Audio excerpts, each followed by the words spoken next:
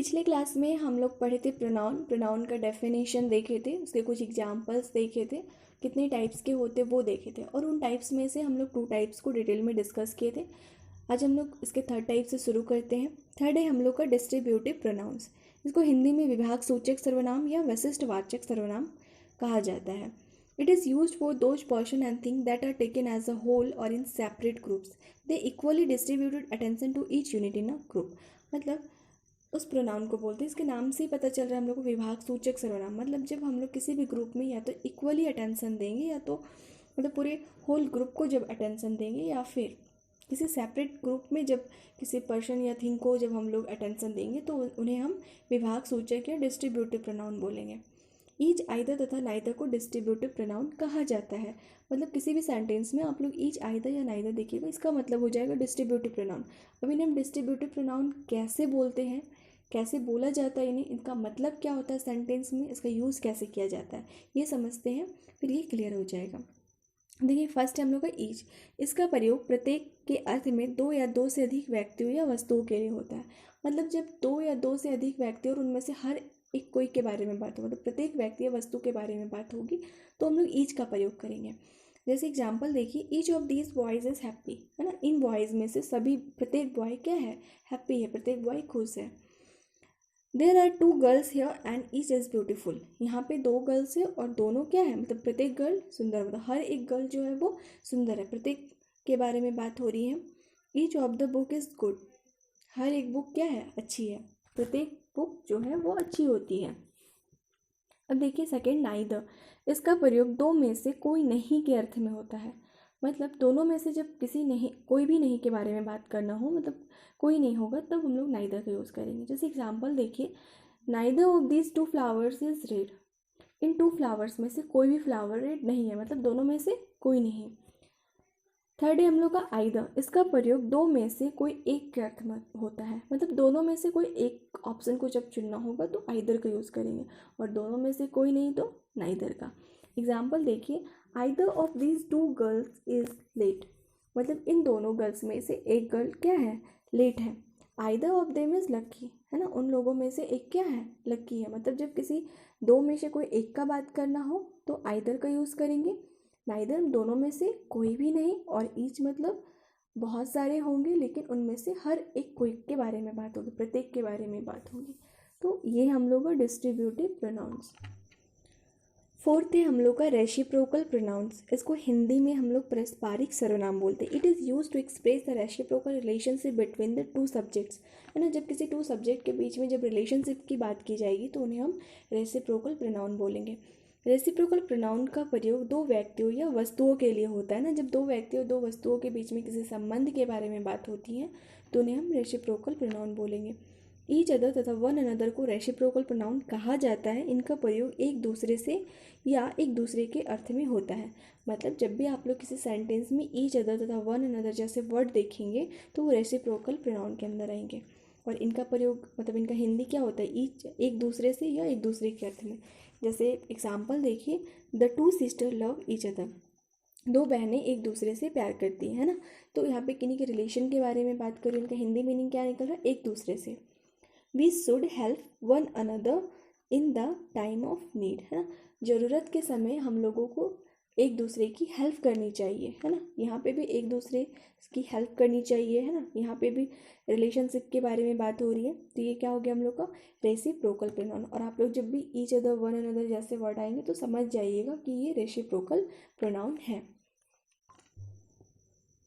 Fifth है हम लोग का रिफ्लेक्सिव प्रोनाउन। इसको हिंदी में निजवाचक सर्वनाम बोलते हैं। It is use to reflect the actions done by the subject upon it. In another words it refers to the same person as the subject to the verb.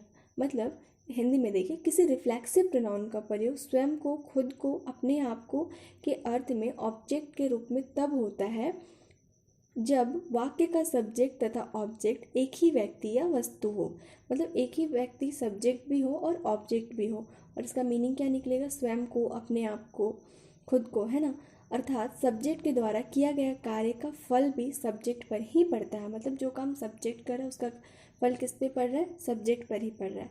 Pronoun के अंत में self या सेल्फ्स लगे होते हैं। जैसे एग्जांपल देखिए, myself, ourself, yourselves, himself, herself, itself, themselves. मतलब जब भी किसी सेंटेंस में इस तरह के वर्ड्स आप लोग देखिएगा, है ना, और जो सब्जेक्ट है वही ऑब्जेक्ट होगा, है ना, मतलब जो काम को कर रहा है ना, वही उस सेंटेंस में ऑब्जेक्ट है, तो वो हम लोग का रिफ्लेक्सिव प्रोनाउन होगा। जैसे एग्जांपल देखिए यहाँ पे, she is very proud of her self, है ना, मतलब उसको अपने आप पे बहुत घमंड है। यहाँ पे सब्जेक्ट भी वही है और ऑब्जेक्ट भी वही है ना, सी, उसको अपने आप पे बहुत घमंड है। मतलब यहाँ खुद को हो रहा है, अपने आप को हो रहा है ना, मीनिंग निकल रहा है अपने आप को। ही हर्ट्स हिमसेल्फ, है ना, उसने स्वयं को चोट पहुंचाया, हिमसेल्फ, है ना, ही हर्ट हिमसेल्फ, उसने खुद को ही चोट पहुंचाया।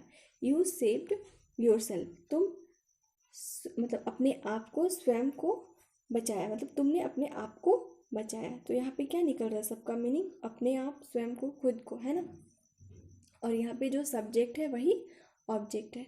तो ये हम लोग का रिफ्लेक्सिव प्रोनाउंस। सिक्स्थ है हम लोग का इम्फैटिक प्रोनाउंस। इसको हिंदी में बोलेंगे जोरदार सर्वनाम। जब सेल्फ या सेल्फ के साथ वाले प्रोनाउन किसी नाउन या प्रोनाउन पर जोर डालने के लिए प्रयुक्त होते हैं तो इन्हें इम्फैटिक प्रोनाउन कहा जाता है। इस स्थिति में माई सेल्फ, योर सेल्फ आदि का अर्थ स्वयं, खुद, अपने के अर्थ में निकलता है। मतलब जब किसी नाउन या प्रोनाउन के ऊपर माई सेल्फ, योर सेल्फ का यूज़ करके उसके ऊपर जोर डाला जाएगा, है ना, जोर डालने के लिए इनका यूज़ किया जाता हो, तो उन्हें हम इम्फैटिक प्रोनाउन बोलेंगे। इस स्थिति में माई सेल्फ, योर सेल्फ आदि का अर्थ क्या निकलेगा, मतलब इसका मीनिंग क्या होगा, स्वयं, खुद, अपने के अर्थ में निकलेगा। जैसे एग्जांपल देखिए, आई माई सेल्फ सो हर, आई क्या हो गया, प्रोनाउन हो गया, माई सेल्फ मतलब ये इस प्रोनाउन का यूज़ हो रहा है, मतलब मैंने खुद उसे देखा, ठीक है, मतलब अपने आप के ऊपर जोर डाला जा रहा है, तो इस प्रोनाउन के ऊपर जोर डालने के लिए इसका यूज हो रहा है। She will see it her self, वह खुद इसे देखेगी, है ना, एक थोड़ा सा इसमें क्या किया जा रहा है, जोर डाला जा रहा है। तो ये सब हम लोग का क्या हो गया, इम्फैटिक प्रोनाउंस। सेवेंथ है हम लोग का डेमोन्स्ट्रेटिव प्रोनाउंस। इसको हिंदी में संकेतवाचक सर्वनाम बोलते हैं। It is use two point out और डेमोन्स्ट्रेट पर्सन और थिंग्स। ये क्या करते हैं, किसी भी पर्सन और थिंग को पॉइंट आउट करते हैं। वह प्रोनाउन जो व्यक्तियों या वस्तुओं को इंगित करने का काम करता है उसे डेमोन्स्ट्रेटिव प्रोनाउंस कहते हैं।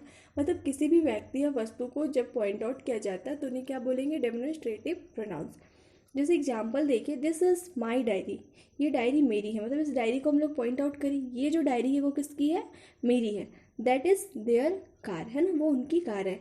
दीज आर देयर पेट्स, है ना, वो ये जो हैं वो उनके पेट्स हैं। दोज आर योर पेंसिल्स, है ना, वो तुम्हारे पेंसिल्स हैं। मतलब दिस, दैट, दीज, दोज, जब भी इस तरह का वर्ड आएगा तो वो क्या हो जाएगा, डेमोन्स्ट्रेटिव प्रोनाउन के अंदर आएगा, है ना। और इसमें जब भी इस टाइप का जब भी वर्ड का यूज़ होगा और ये क्या करेंगे, पॉइंट आउट करेंगे, मतलब ये मेरी है, वो उसकी है, इस तरह का जब भी सेंटेंस आएगा तो उन्हें हम डेमोन्स्ट्रेटिव प्रोनाउंस बोलेंगे। एट्थ है हम लोग का रिलेटिव प्रोनाउंस। इसको हिंदी में संबंधवाचक सर्वनाम बोलते हैं। It is use to join sentences and introduce noun clause and relative clause. ये क्या होते हैं, सेंटेंस को ज्वाइन करते हैं, मतलब दो सेंटेंस होते हैं उन्हें ज्वाइन करते हैं और उन लोगों के बीच का रिलेशन बताते हैं। वो प्रोनाउन जो अपने पहले प्रयुक्त नाउन या प्रोनाउन की विशेषता या संबंध बताता है तथा दो वाक्यों को जोड़ने का काम करता है, रिलेटिव प्रोनाउन कहलाता है। मतलब क्या हुआ कि ऐसे प्रोनाउन होते हैं जो अपने पहले प्रयुक्त जो नाउन और प्रोनाउन का यूज़ किया गया है वो दोनों का विशेषता बताता है या फिर वो दोनों के बीच का रिलेशन बताता है और साथ में वो दोनों सेंटेंसेस को जोड़ने का काम करता है, ज्वाइन करता है, उन्हें हम रिलेटिव प्रोनाउंस बोलते हैं। एग्जाम्पल देखिए, he is Mohan, he is my friend. यहाँ पे दो अलग अलग सेंटेंस है, देखिए इसको यहाँ पे ज्वाइन कौन किया, सेकंड वाले सेंटेंस में who, he is Mohan who is my friend, वह मोहन है जो कि मेरा फ्रेंड है ना। मतलब क्या कर रहा है, हु दोनों सेंटेंस को जोड़ भी रहा है और दोनों का रिलेशन भी बता रहा है, दोनों के बीच में क्या रिलेशन है, फ्रेंडशिप का, मतलब वो मोहन है और जो कि मेरा फ्रेंड है। इस वाक्य में हु एक रिलेटिव प्रोनाउन है ना, हु क्या हो गया हम लोग का, रिलेटिव प्रोनाउन जो मोहन की विशेषता बताता है और साथ ही दो वाक्यों को जोड़ने का काम करता है, साथ ही में दो सेंटेंस को क्या कर रहा है, ज्वाइन कर रहा है।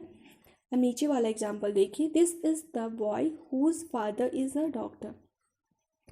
वो लड़का है जिसके पापा क्या है, डॉक्टर है। मतलब हुज क्या कर रहा है, दो सेंटेंस को जोड़ रहा है, दोनों के बीच का रिलेशन बता रहा है। He bought a pen which was red, है ना, वो एक पेन खरीदा जो कि रेड कलर का था, है ना। तो दोनों के बीच का क्या बता रहा है, ये रिलेशन बता रहा है उसको, दोनों सेंटेंस को जोड़ भी रहा है। This is the house that I have bought, यहाँ दैट क्या हो गया हम लोग का रिलेटिव प्रोनाउन। यहाँ पे देखिए निम्न शब्द रिलेटिव प्रोनाउन से who, whom, whose, which, that, what, as तथा बट। मतलब जब भी इस तरह के वर्ड्स आएंगे वो सेंटेंस के बीच में होंगे और वो क्या करेंगे, दो लोगों के बीच में, दो सेंटेंस के बीच में वो क्या करेंगे, रिलेशन बताएंगे, मतलब उन्हें जोड़ेंगे भी और वो दोनों के बीच का रिलेशन भी बताएंगे या फिर उनकी विशेषता बताएंगे, तो उन्हें हम रिलेटिव प्रोनाउंस बोलेंगे। 9th है हम लोग का इंट्रोगेटिव प्रोनाउंस। इसको हिंदी में क्या बोलते हैं, प्रश्नवाचक सर्वनाम। It is use to ask questions. WH words like who, whom, whose, which, what, etc are used as interrogative pronouns to ask question, है ना। जब भी हम लोग किसी से क्वेश्चन पूछते हैं तो पूछते हैं ना what is your name, who are you, जब भी इस तरह का वर्ड्स करते हैं तो इसमें जो व्हाट, हुज है ना, WH वर्ड मतलब who, whom, whose, which, what, ये सब क्या हो जाएंगे हम लोग का इंट्रोगेटिव प्रोनाउंस। वो प्रोनाउन जो प्रश्न पूछने के लिए प्रयुक्त होते हैं इंट्रोगेटिव प्रोनाउन कहलाता है ना, जिनका यूज़ हम लोग क्यों करते हैं, प्रश्न पूछने के लिए, क्वेश्चन पूछने के लिए करते हैं, तो इन्हें हम क्या बोलेंगे, इंट्रोगेटिव प्रोनाउंस। जैसे who, whom, whose, what, which, है ना, ये सब वर्ड्स हो जाएंगे। एग्जाम्पल देखिए, हु आर यू, इसमें इंट्रोगेटिव प्रोनाउन कौन हो गया, who. Whose house is this, है ना, ये किसका घर है, क्वेश्चन पूछ रहे हैं तो इसमें हुज क्या हो गया हम लोग का, interrogative pronoun. Which of these dresses is yours, है ना, विच क्या हो गया, इंट्रोगेटिव प्रोनाउंस। हुम हैव यू इन्वाइटेड, इसमें हुम क्या हो गया, इंट्रोगेटिव प्रोनाउंस। तो जब भी हम लोग किसी भी WH वर्ड्स का यूज़ क्वेश्चन पूछने के लिए करते हैं तो उन्हें हम क्या बोलते हैं, इंट्रोगेटिव प्रोनाउंस बोलते हैं। 10th है हम लोग का एक्सक्लामेटरी प्रोनाउन। इसको हिंदी में विषमयादी बोधक सर्वनाम बोलते हैं। A pronoun used an exclamation is called an exclamatory pronoun, है ना, वो प्रोनाउन जिसका यूज़ हम लोग बहुत ही आश्चर्य के साथ करते हैं। व्हाट का प्रयोग जब आश्चर्य व्यक्त करने के लिए हो तो व्हाट को एक्सक्लामेटरी प्रोनाउन कहा जाता है। मतलब जैसे व्हाट बहुत ही आश्चर्य के साथ बोलते हैं ना, व्हाट क्या, है ना, तो उन्हें हम एक्सक्लामेटरी प्रोनाउन बोलेंगे। इस स्थिति के बाद साइन ऑफ एक्सक्लेमेशन का प्रयोग करते हैं ना, इसके बाद एक्सक्लेमेशन मार्क का यूज़ किया जाता है। एग्जाम्पल व्हाट, है ना, क्या। जैसे देखिए मोहन बोलता है मिस्टर सिन्हा इज़ नो मोर, है ना, मिस्टर सिन्हा जो है वो अब नहीं रहे। तो सोहन है बोलते व्हाट, क्या, मतलब आश्चर्य के साथ बोल रहे हैं क्या। तो यहाँ पे इसके बाद क्या लगा, एक्सक्लेमेशन मार्क, और ये क्या हो गया हम लोग का एक्सक्लेमेटरी प्रोनाउन।